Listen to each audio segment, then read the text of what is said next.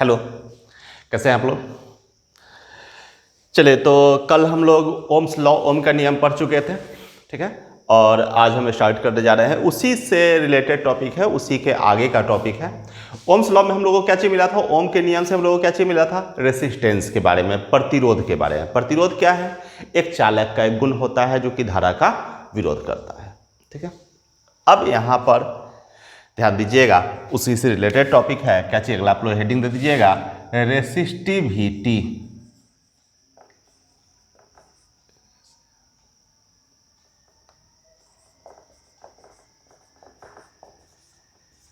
या इसका एक और नाम है रेसिस्टिविटी और स्पेसिफिक रेसिस्टेंस।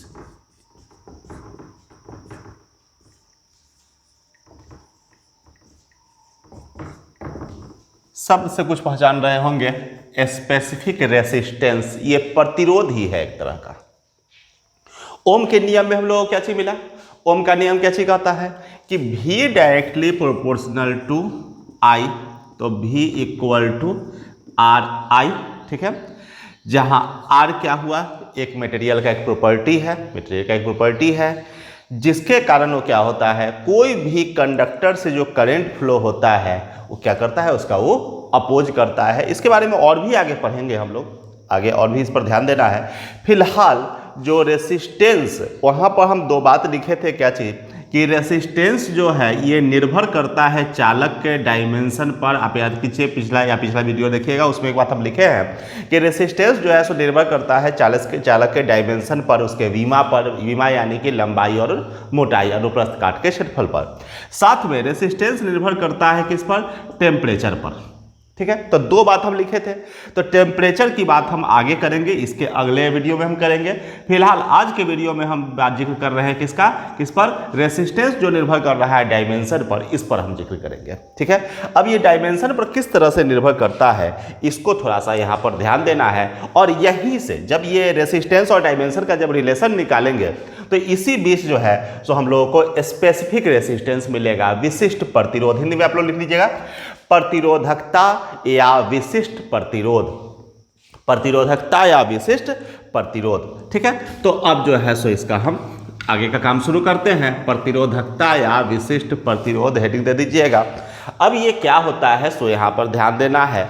देखिए, प्रतिरोध रेसिस्टेंस, जो कि पिछले वीडियो में हम लोगों को मिला है, पिछले क्लास में हम लोगों को मिला है प्रतिरोध रेसिस्टेंस। रेसिस्टेंस जो होता है वो डायमेंशन पर, उसके विमा पर कैसे निर्भर करता है, इसको थोड़ा समझते हैं। देखिए, जैसे जैसे वायर का लेंथ बढ़ेगा वैसे वैसे रेसिस्टेंस भी इंक्रीज करेगा। जैसे जैसे लंबाई बढ़ते चला जाएगा, प्रतिरोध क्या होगा, वैसे वैसे बढ़ेगा। और जैसे जैसे उसका मोटाई बढ़ेगा, प्रतिरोध घटेगा। इसको आप इस ढंग से समझ सकते हैं। हम लोग हमेशा जब भी वायर का जिक्र करना होता है तो हम यूज करते हैं किसका, पाइप का, जिससे पानी फ्लो हो रहा है, तो पाइप का हम लोग जिक्र करते हैं, ठीक है। तो पाइप के अकॉर्डिंग ही अगर समझा जाए कि जितना लंबा अगर पाइप रहेगा, जितना ज़्यादा लेंथ का पाइप रहेगा, पानी का फ्लो जो होगा उसको उतना ज़्यादा वो अवरोध करेगा, उतना ज़्यादा जो है सो उसमें इंटरप्शन आना शुरू होगा, उतना ज़्यादा उसमें अवरोध होना शुरू हो जाएगा, किसमें, पानी के फ्लो में, साथ में। अब उसका उपाय क्या है, अगर पाइप का मोटाई को बढ़ा दिया जाए और ज़्यादा से ज़्यादा मोटा पाइप रखा जाए तो क्या होगा, पानी फ्लो और आसानी से करेगा। तो इंटरप्शन मतलब फ्लो में रुकावट, वही होता है यहाँ पर प्रतिरोध। यहाँ प्रतिरोध का काम क्या है, ये भी फ्लो के रुकावट करता है। किसके, कौन सा फ्लो, यहाँ पर चार्ज के फ्लो को रोकता है, यानी कि करंट को ये रोकता है। तो वहाँ पर जितना ज़्यादा पाइप का लेंथ बढ़ेगा, पानी को फ्लो में उतना ज़्यादा ये इंटरप्ट करेगा, उतना ज़्यादा ये रोकना चाहेगा या अवरोध करेगा, अवरोध उत्पन्न करेगा। तो दूसरा इसका सॉल्यूशन ये है कि अगर पाइप के मोटाई को बढ़ा दिया जाए तो पानी जो है उतना आराम से पास हो जाएगा। ठीक उसी तरह से यहाँ पर भी अगर कंडक्टर, कोई भी चालक, उसका जितना ज़्यादा लंबाई बढ़ाया जाए उतना ज़्यादा जो है सो चालक में क्या होगा, प्रतिरोध उत्पन्न होगा, यानी कि धारा का वो विरोध करेगा। और तो इसका दूसरा उपाय क्या हुआ, अगर चालक के मोटाई को बढ़ा दिया जाए तो आराम से उससे आवेश प्रवाहित होने लगेगा, यानी कि विद्युत धारा प्रवाहित होने लगेगी। तो यहाँ पर क्या चीज़ कि कोई भी कंडक्टर का जो लेंथ होता है, मतलब रेसिस्टेंस होता है, वो लेंथ का डायरेक्टली प्रोपोर्शनल होता है और क्रॉस सेक्शनल एरिया का क्या होता है, इन्वर्सली प्रोपोर्शनल होता है। बस वही बात को हम लिखेंगे, आप लोग भी लिखिएगा।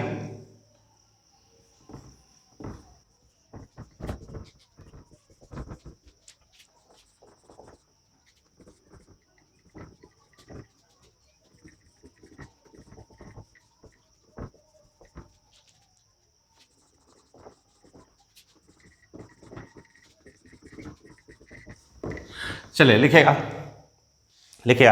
किसी चालक का प्रतिरोध उसके लंबाई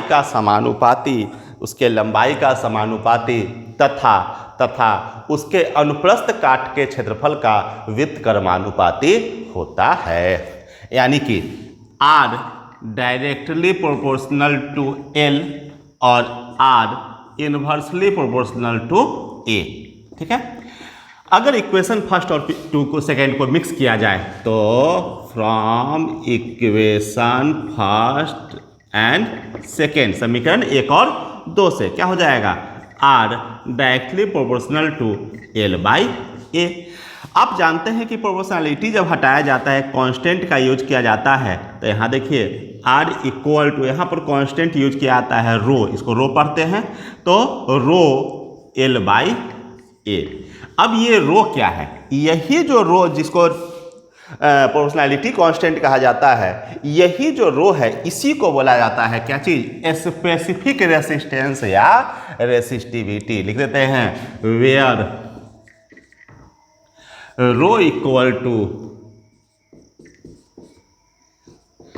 स्पेसिफिक रेसिस्टेंस या क्या चीज, रेसिस्टिविटी या इलेक्ट्रिकल रेसिस्टेंस भी कहा जाता है, इलेक्ट्रिकल रेसिस्टिविटी कहा जाता है या रेसिस्टिविटी। ठीक है, तो जहां पर रो इक्वल टू क्या हो गया, इलेक्ट्रिकल रेसिस्टेंस या रेसिस्टिविटी। तो अब यहां से अगर रो का फॉर्मूला निकाला जाए तो रो इक्वल टू हो जाएगा RA/L, row equal to RA/L। इसको थोड़ा नोट कीजिए आप लोग। तो अब जो है सो यहीं से, क्योंकि हमको तो डिफिनेशन निकालना है इसका रेसिस्टिविटी का, और ये तो दूसरा चीज निकल रहा है। अब यहाँ पर रेसिस्टिविटी का फॉर्मूला हम लोगों को मिला, इसी फॉर्मूला से क्या करते हैं, इसका डिफिनेशन निकालते हैं। तो अब जो है सो इसका यहाँ पर डिफिनेशन निकालते हैं। देखिएगा रेसिस्टिविटी अब क्या हुआ, रेसिस्टिविटी का डिफिनेशन क्या बनेगा, इसको हम लोग देखते हैं।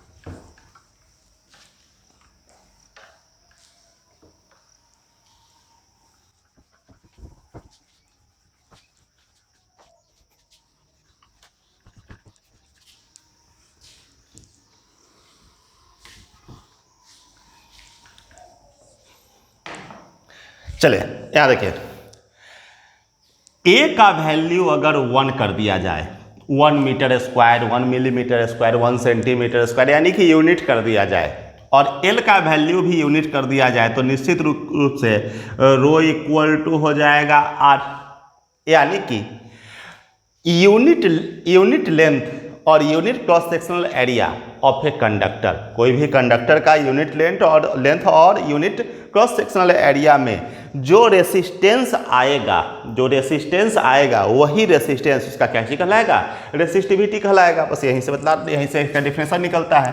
तो हम स्टार देके इसका डिफिनेशन लिख देते हैं।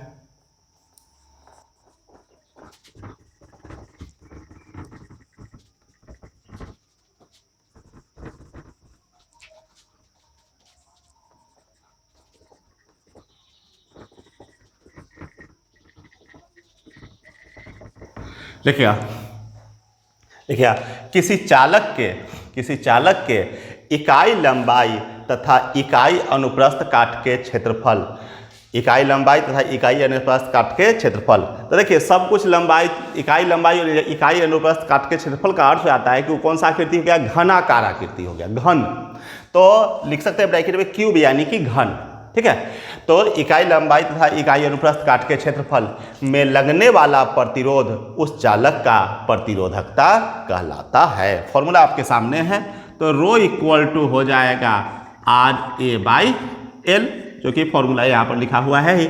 चलिए यहाँ से इसका SI यूनिट और डायमेंशन निकालते हैं। तो अगर SI यूनिट की बात करते हैं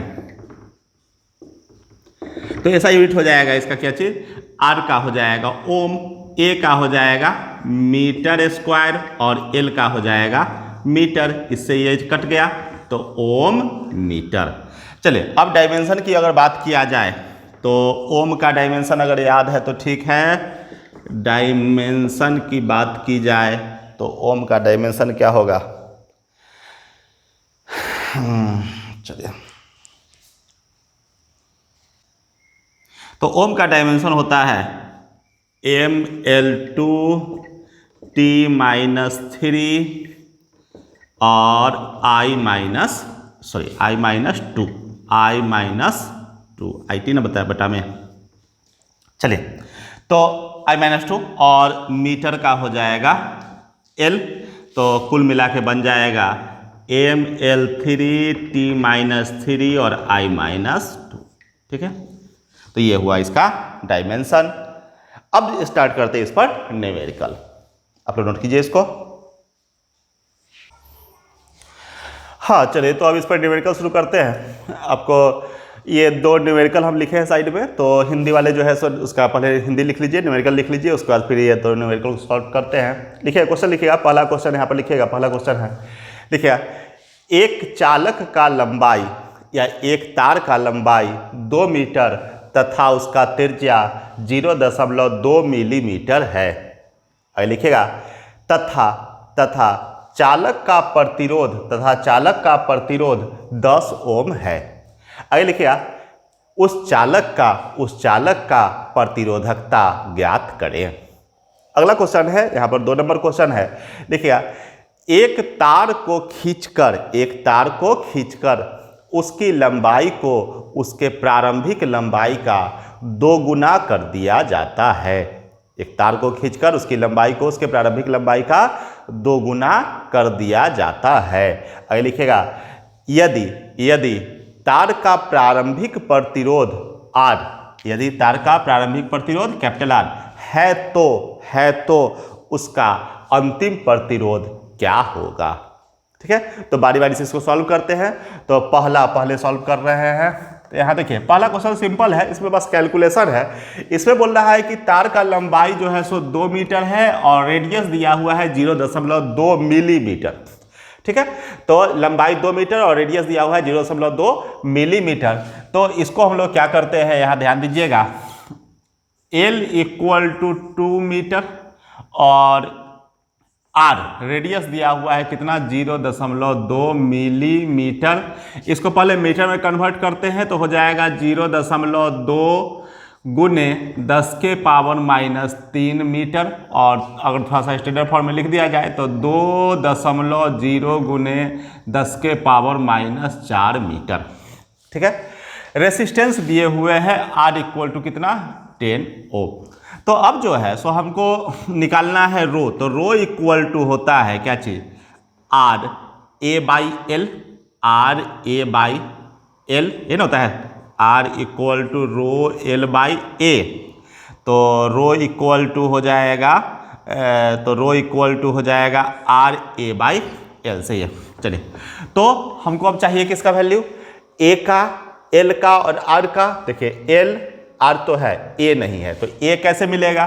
तो A देखिए, रेडियस जब दिया हुआ है, इसका रेडियस दिया हुआ है, यहाँ पर ध्यान से देख सकते हैं। तो हमको एरिया चाहिए, तो एरिया के लिए A = क्या हो जाएगा, πr², यानी कि 3.14 r²। तो 2 गुने 10⁻⁴ का होल स्क्वायर, 2.0 भी लिख सकते हैं, कोई दिक्कत नहीं है, उसे कोई फर्क नहीं पड़ता है। तो 3.14 गुने 4, इसको इसे रन दीजिए, गुने 10⁻⁸ हो जाएगा। तो एरिया हमको मिल गया। तो अब रो = RA/L। तो R का वैल्यू कितना, 10 A इतना 3.14 × 4 × 10⁻⁻⁸, बाद में मल्टीप्लाई किया जाएगा लास्ट में, बाई L कितना, 2 मीटर। इससे ये कट गया कितना, 2 बार। अब जो है सो जब 2 बार कट गया तो इसका सीधे हो जाएगा, क्या बोल रहे हैं, 3.14 × 2 कितना हो जाएगा, 6.28 इंटू, देखिए 10 को इससे मल्टीप्लाई कीजिएगा तो 10⁻⁷ इतना ओम डैश दे करके मीटर लिख सकते हैं, या सीधे ओम मीटर। 6.28 × 10⁻⁷ ओम मीटर, यही हुआ इसका आंसर। चलिए अब आते हैं दूसरा क्वेश्चन पर।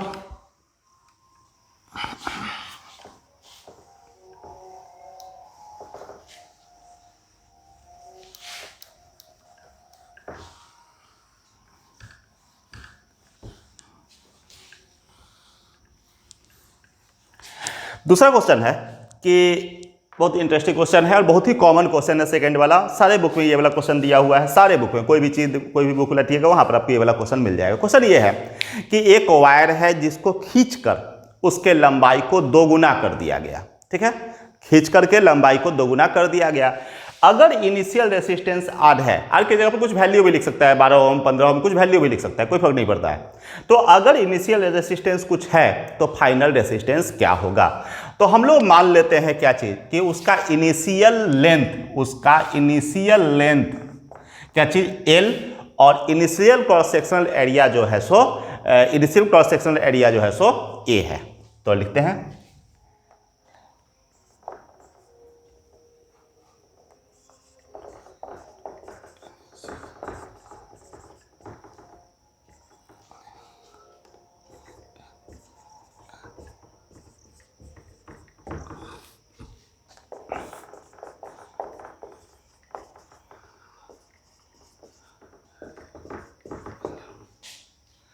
लिखिएगा माना कि तार का प्रारंभिक प्रतिरोध L तथा अनुप्रस्थ काट का क्षेत्रफल A है।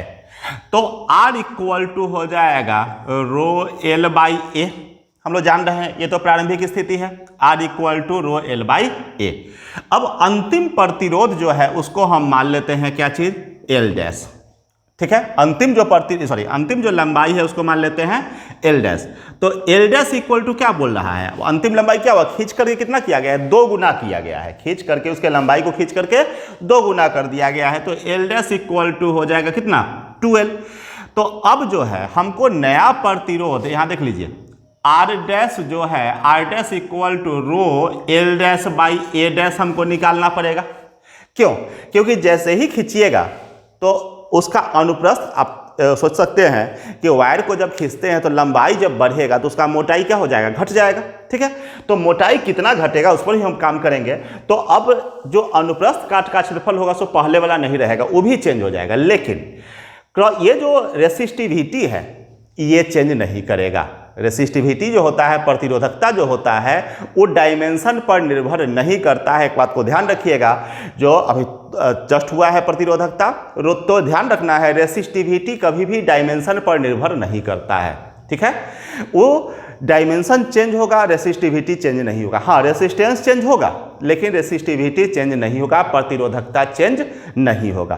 प्रतिरोधकता निर्भर करता है, वो टेम्परेचर पर निर्भर करता है, जिसकी बात हम अगले क्लास में करेंगे।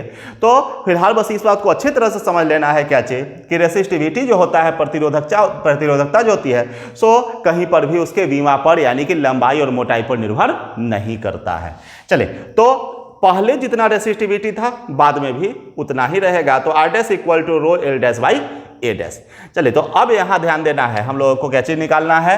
तो अब पहला काम है किसका मान निकालना, A डैश का मान निकालना, क्योंकि ये तो वही रहेगा, L डैश का वैल्यू मिल ही चुका है तो A डैश चाहिए। तो देखिए, अब उसको वायर को जब आप खींच दीजिएगा तो वॉल्यूम भी चेंज नहीं होगा, मतलब प्रारंभिक आयतन और अंतिम आयतन भी बराबर ही रहेगा। तो आयतन उसके आकृति को बदल देने के कारण उसका वॉल्यूम में परिवर्तन नहीं होगा। तो प्रारंभिक आयतन भी चलिए अंतिम आयतन भी डैश इक्वल टू प्रारंभिक आयतन भी। आयतन का फॉर्मूला होता है, तार कैसा होता है, बेलनाकार होता है, तो पाई आर स्क्वायर एच। तो पाई आर स्क्वायर यानी कि ए और एच यानी कि एल। तो A dash L dash equal to A L, प्रारंभिक आयतन बराबर अंतिम आयतन। तो हमको किसका वैल्यू चाहिए, ए डैश का वैल्यू। तो A dash into L dash, L dash कितना है 2L, तो into 2L equal to A L. तो एल से एल कट गया तो ए डैश इक्वल टू हो गया A बाई 2। अब नया एरिया हमको कितना मिल गया, क्रॉस सेक्शनल एरिया कितना मिल गया, A बाई 2। चलिए, तो अब सारा चीज मिल चुका है। तो यहाँ पर R डैश इक्वल टू रो और L डैश के जगह पर कितना 2L और A डैश के जगह पर कितना A बाई 2, ठीक है। तो अब हो जाएगा R डैश इक्वल टू 2 पर चला जाएगा तो 4 रो एल बाई ए। अब rho L by A equal to कितना है आर, तो are dash equal to 4r। यही हुआ रिलेशन, एक रिलेशन भी है, आंसर समझिए, रिलेशन समझिए, जो समझिए इसको, यानी कि इनिशियल जो रेसिस्टेंस रहेगा उसका 4 टाइम्स हो जाएगा। फाइनल रेसिस्टेंस इनिशियल रेसिस्टेंस का 4 टाइम्स हो जाएगा। अगर ये 12 ओम देते हैं, वहाँ पर R इक्वल टू रहेगा, मान लीजिए कोई क्वेश्चन में रहेगा कि उसका प्रारंभिक प्रतिरोध 12 ओम है तो अंतिम प्रतिरोध कितना होगा, तो 48 ओम होगा। प्रारंभिक प्रतिरोध 3 ओम है तो अंतिम प्रतिरोध कितना होगा, तो 12 ओम होगा। हमेशा जो है सो उसका 4 टाइम्स होगा। अगर ये क्वेश्चन ऑब्जेक्टिव में आ जाता है तो ध्यान रखना है, सीधे सीधे उसको 4 से मल्टीप्लाई कर देना है और कुछ नहीं करना है, 4 से उसको गुना कर देना है। जो प्रारंभिक जो भी रहेगा और इस तरह क्वेश्चन रहे कि उसके लंबाई को दोगुना कर दिया जा रहा है, तो उसका अंतिम क्या हो जाएगा, उसका 4 गुना हो जाएगा। सीधे सीधे उसका आंसर दे देंगे, वहां पर पूरा बनाने लगने की जरूरत नहीं है, सीधे 4 से गुना कर देना है। ठीक है, तो अगला क्लास जो होगा उसमें हम अभी तुरंत बोले हैं कि रेसिस्टिविटी जो होता है वो टेम्परेचर पर निर्भर करता है और रेसिस्टेंस भी टेम्परेचर पर निर्भर करता है। तो ये दोनों बात का हम जिक्र करेंगे अगले क्लास में। तो फिर हम मिलते हैं अगले क्लास में।